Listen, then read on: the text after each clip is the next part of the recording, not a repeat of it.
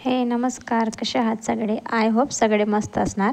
शौर्य smart Maugham ह्या YouTube चॅनलमध्ये तुम्हा सर्वांचं अगदी मनापासून स्वागत करते. तर आता वाजलेले आहे संध्याकाळचे 6 आणि मी जेवण बनवायला घेते आणि दिवा वगैरे लावून झाला आणि म्हटलं आता जेवण बनवायला घ्यावं.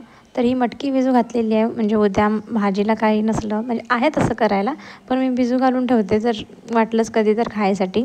इथे मी कोथिंबीर म्हणजे भाजीमध्ये टाकायचं आहे, पण त्याला आधी पाण्यात टाकून ठेवते. तुम्ही बघू शकता की पाण्यामध्ये किती घाण उतरते. तर कधी पण तुम्हाला जर कोथिंबीर भाजीत टाकायचं असेल तर त्याला 5-10 मिनटं तुम्ही पाण्यामध्ये असा टाकून ठेवा आणि नंतर तो कापायला घ्या.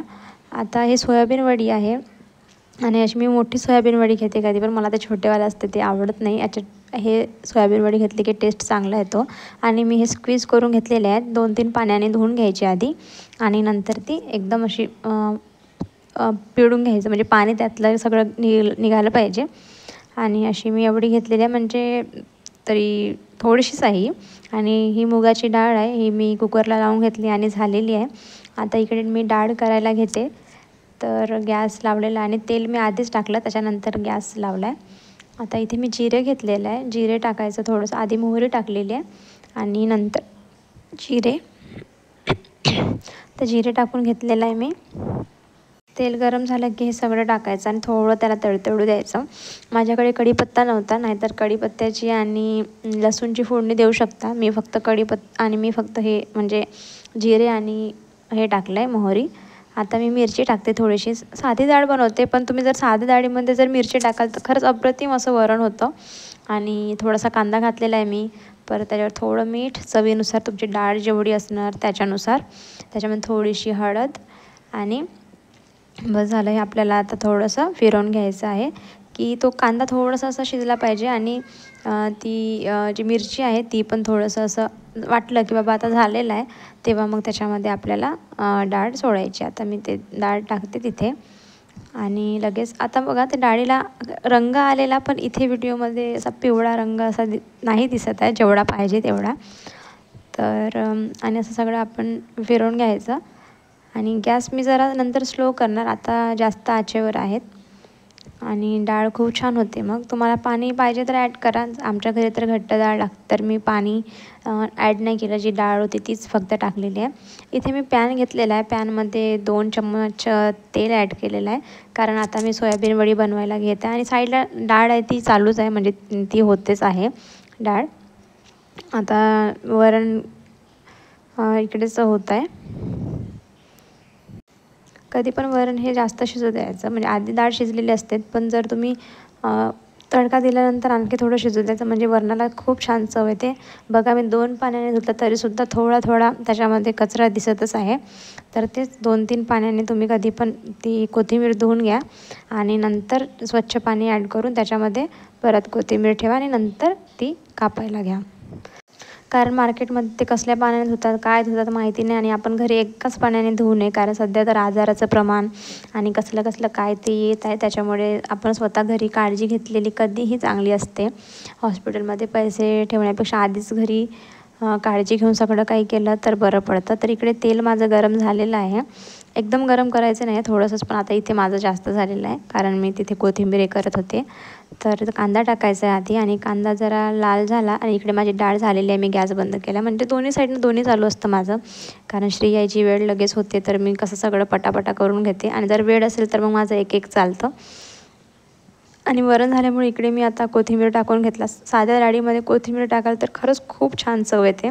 कधी तुम्ही पण ट्राय करून बघा. आणि कसं वाटतं आहे माझा व्हिडिओ बघायला ते पण मला कमेंटमध्ये नक्की सांगा. आणि चॅनलला सबस्क्राईब करा, लाईक करा.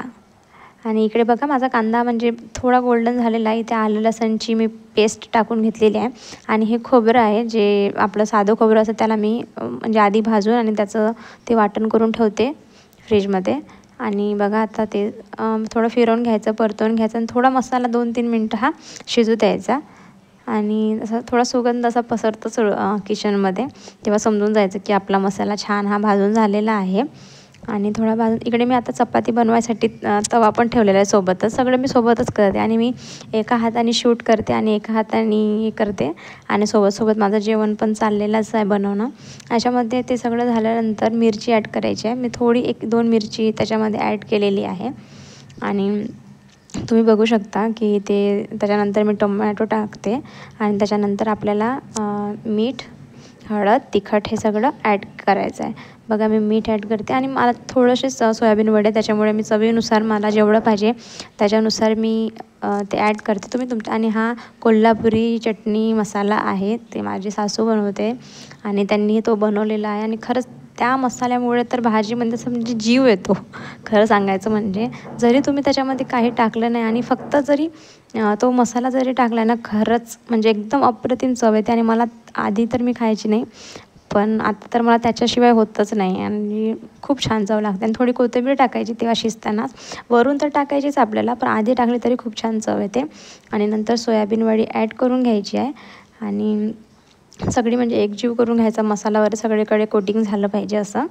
आणि याला आपण थोडं परतवून घेतलं की 2-3 मिनिटसाठी झाकून ठेवून द्यायचं आहे. कारण झाकलं की त्याच्यामध्ये थोडंसं म्हणजे पाणी तर मी ॲड केलेलं नाही आहे, पण त्याच्यामध्ये वाफामध्येच थोडं पाणी होऊन ते छान शिजतं आणखी. आता इकडे मी चपाती बनवायला घेते. तवा तरी आधीच ठेवला होता आणि इकडे पोळपाट वगैरे लाटणं घेतलेलं आहे. दोन्ही साईडने तेल लावते. चपाती तर मला फारशी काही अशी जमत नाही, पण मी बऱ्यापैकी करते. तर एका हाताने शूट करते म्हणून ती थोडं तुम्हाला दिसणार, तेवढं काही म्हणजे दिसणार नाही चपाती बनवतानाचा पूर्ण व्हिडिओ. आणि इकडे आपलं सोयाबीन वडी झालेली आहे आणि मी वरून कोथिंबीर टाकते आणि गॅस बंद करते. तर बघा कोथिंबीर सगळं टाकून झालेलं आहे आणि इकडे आपलं सोयाबीन वडी झालेली आहे. कोथिंबीर वडी बोलले मी, सोयाबीन वडी ही झालेली आहे खूप छान. आणि इकडे चपाती पण झालेली आहे. चपाती वगैरे बघा आता कशी वाटते तुम्हाला. आणि मी थोडंसं तेल टाकते, जास्त नाही, एकदम थोडंसं. आणि इकडे दुसरी चपाती पण परत मी केली आणि ती पण टाकली. आणि गॅस थोडा मी फ्लेम जास्त ठेवते, कारण जास्त ठेवल्यामुळे चपाती कडक येत नाही. आणि जर तुम्ही स्लोवर शिजवाल तर ती चपाती असते ती कडक यायचा शक्यता असते त्याच्यामुळं. आणि मी असं ते त्याला तुम्ही काय म्हणता, आमच्याकडे विदर्भामध्ये त्याला सरवता म्हणतात, इकडे उलातनं म्हणतात. तर त्याच्याने थोडंसं मी प्रेस करून घेते म्हणजे काठं वगैरे छान शिजतात. आणि चपाती इकडे झालेली आहे छान मस्त. तर आम्हाला 4-5 चपात्या लागतात, मी तेवढ्या करून घेतलेल्या आहे. आणि मला जर असं चांगली चटक-मटक भाजी असेल तर त्याच्यासोबत कांदा खायला आवडतो. आणि इकडे तवा म्हणजे गरमच असतो, तर मग मी त्याच्यावरती भात वगैरे काय असेल ते परत ठेवते, म्हणजे ते परत ती गोष्ट गरम होत असते. तर ते वेस्ट जाण्यापेक्षा आपण हे केलेलं बरं. आणि इकडे मी जरा माझं जे होतं ते सगळं उचलून घेतलेलं आहे आणि गॅस थोडा तेव्हाच थोडा पुसून घेतलेला आहे. नंतर मी जेवण वगैरे झाल्यावर आवरतेच, पण जरा मी थोडंसं म्हणजे घेतलं आहे आवरून. आणि ते ताट करायला घेतलेलं आहे. तुम्ही बघू शकता डाळ घेतलेली आहे, परत सोयाबीन वडीची भाजी, भात, चपाती आणि सोबत थोडासा कांदा. आणि तुम्हाला हा व्हिडिओ आवडला असेल तर नक्कीच लाईक करा आणि कमेंट करून सांगा मला की कसा वाटतो आहे हा व्हिडिओ. आणि सबस्क्राईब करा चॅनलला आणि तुमच्या जवळच्या मैत्रिणीला शेअर करा ही रेसिपी. आणि तुम्ही कशी बनवता ते पण मला सांगा कमेंटमध्ये. तर मला जरा खोकला झालेला आहे त्याच्यामुळं माझा आवाज व्यवस्थित येत नाही आहे, पण लगेच मी बरी होणार आणि लगेच चांगल्या आवाजामध्ये परत तुमच्यासाठी एक व्हिडिओ घेऊन येणार. तर आजसाठी नमस्कार, बाय.